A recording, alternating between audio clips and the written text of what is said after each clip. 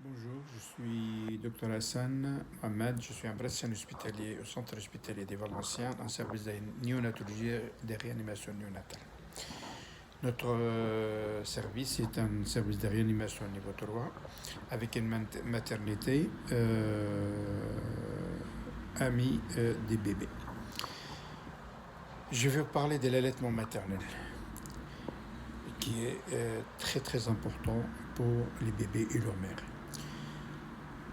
Il faut savoir que tous les mammifères, sans exception, ils allaitent leur bébé. Le seul mammifère qui n'allaite pas son bébé, c'est les êtres humains. Ils allaitent leur bébé jusqu'à quand ils mangent autre chose. Et nous, les êtres humains, on mange autre chose quand on a plein de dents. Et on a plein de dents à 2 ans. Ce n'est pas parce qu'on a un Molinex qu'on peut donner des couscous à l'âge d'un mois. Et on l'a donné. On a commencé à donner des farines à certaines dans les années 80 à 2 mois et 1 mois et demi même. Et en expliquant que les farines, ça ramène des protéines et ça ramène des calories. Et c'était une grosse erreur qui a entraîné plein de complications pour les enfants. Donc, les farines, on sait ce qu'est du couscous. Les couscous sont des farines. Donc, je répète, on allait tous les mammifères, ils allaitent leur bébé jusqu'à quand ils mangent autre chose. Et nous, on mange autre chose quand on a plein de dents. Et on a plein de dents à 2 ans. La question qui se pose à la maman, est-ce que je vais avoir du lait? Est-ce que ça va être suffisant?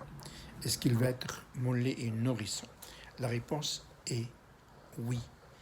Si vous avez fait 7 enfants, si vous êtes tombé enceinte, vous avez subi une transformation physiologique pour préparer, et surtout dans vos ans, pour vous préparer à produire des laits en quantité et en qualité variable d'un jour à l'autre, d'un tété à l'autre, du jour au jour jusqu'à 2 ans, en fonction des besoins de votre enfant. Donc la composition du lait, elle est variable et la quantité de lait, elle est variable. Elle est en fonction des besoins de votre enfant. Ce n'est pas en fonction de notre besoin ou des besoins des parents. Un jour, j'ai bien envie de donner de lait, un autre jour, je n'ai pas envie. Non, c'est en fonction de l'enfant. C'est un phénomène physiologique tout à fait naturel. Donc, le premier, il correspond au risque, il correspond aux besoins de l'enfant. Donc, le premier risque qu'un enfant, quand il descend du ventre de sa mère, quand il est né, le premier risque, c'est l'infection. Dans votre lait, il y a beaucoup d'immunoglobulines et du globules blancs, jusqu'à 1 million de globules blancs, qui protègent contre l'infection dans les premiers jours, ainsi que durant toute la petite, jusqu'à 2 ans. La composition de lait, elle est variable, mais elle répond toujours. Il y a toujours des immunoglobulines, des globules blancs qui le protègent, votre enfant. Le deuxième risque qu'il peut avoir mal, et dans votre lait, il y a des facteurs antalgiques qui soulagent cet enfant. Donc quand vous mettez l'enfant au sein, il s'arrête de pleurer, et même si vous le piquez ou si on fait la gueutterie, on le met au sein, et ça ne sent même pas, il continue à téter. Le troisième risque, il peut avoir des ulcérations de type digestif, des ulcères. Quelquefois, on hospitalise des enfants qui ont des hémorragies digestives liées à des ulcérations. Dans le lait maternel, il y a des facteurs qui cicatrisent ce type digestif. Il le repart tout le temps. Donc, il le protège. Donc, c'est un enfant qui repart, le lait maternel repart l'intestin des bébés d'ici jusqu'à 2 ans. Il le protège contre toutes les ulcérations. La quatrième chose, l'enfant, il a des méconiums. Les méconiums, c'est des selles noirâtres. Il faut les éliminer, sinon il peut avoir des complications, des ballonnements abdominaux, etc. Le lait maternel, il stimule le transit. Donc un enfant qui tète bien, c'est un enfant qui fait pipi, qui fait caca les premiers jours.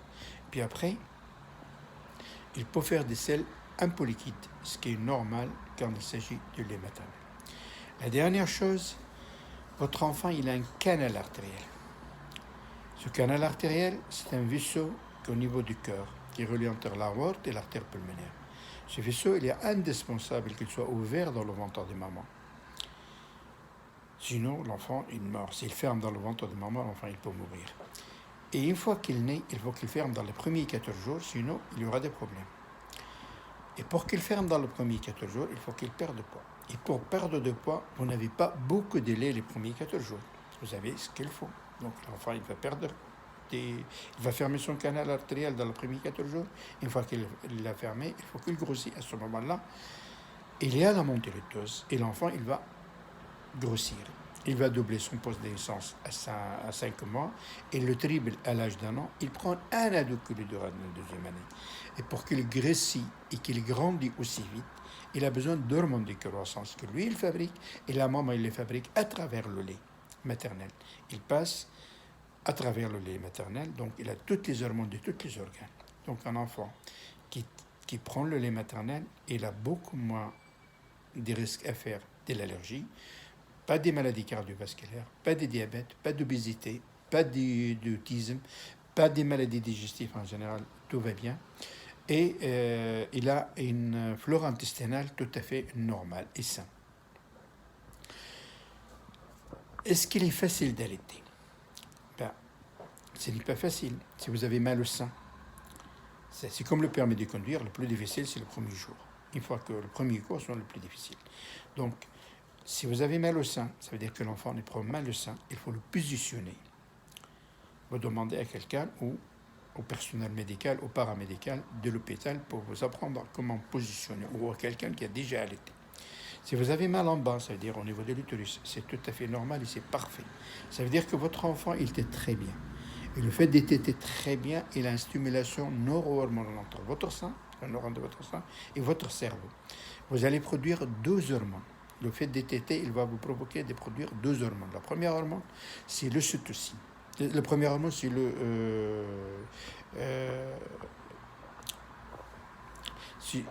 c'est l'ocytocine. L'ocytocine qui permet de fermer l'utérus. C'est ça ce qui est fait. Donc, il va permettre de fermer l'utérus, il arrête l'hémorragie. Donc, l'enfant, il dit, j'ai besoin de ma mère, plus que je tète, plus que... Et il va arrêter l'hémorragie, et plus rapidement, et plus qu'il va vivre. Donc, il tète très, très fréquemment le premier du jour. La deuxième hormone, c'est la prolactine. La prolactine, c'est l'hormone qui stimule la lactation. Donc, l'enfant, plus qu'il tète, la maman dit, mon enfant, il tète, plus qu'il tète, plus qu'il a faim, plus qu'il a faim, plus que je produis de lait. C'est comme ça. Donc, l'allaitement maternel, si on le donne à la demande, quand il veut et comme il veut. Est-ce qu'il y a des facteurs qui influencent la lactation? Oui. Si on est fatigué, si on dort mal, si on est énervé, si on est contrarié, tout ça, ça peut diminuer la lactation. Donc, il faut bien manger, il faut bien le reposer, il faut s'occuper de son enfant. Il doit avoir surtout le rôle des pères de s'occuper de toutes les tâches ménagères à la place de la femme et de ne pas la contrarier surtout les premiers 4-5 mois. Donc, le prix de lait maternel. Les gens croient que, je peux donner des laits de vache. Il n'a rien à voir. Nous, dans notre service, on achète le lait de lait maternel à 150 €. Et s'il n'était pas, nous, on n'est pas un service riche, s'il n'était pas un médicament ou indispensable, on ne l'achète pas. Actuellement, en Amérique, ils ont fait une étude il y a une dizaine d'années qui nous a montré que la valeur des mamans qui allaitent, s'ils devaient recevoir de l'argent, ils devaient gagner à peu près 100 000 $ par année. 200 000 $ sur 2 ans, ça veut dire 8 333 € par mois. Et moi, je pense que le prix des laits maternels, l'intérêt, la prévention des laits maternels, c'est beaucoup plus que ça. Donc, je conseille fortement d'allaiter. Je conseille fortement de ne pas laisser avoir mal au niveau des seins, c'est-à-dire de prendre mal le sein, vous allez avoir des crevasses et c'est trop douloureux et ça ne va pas.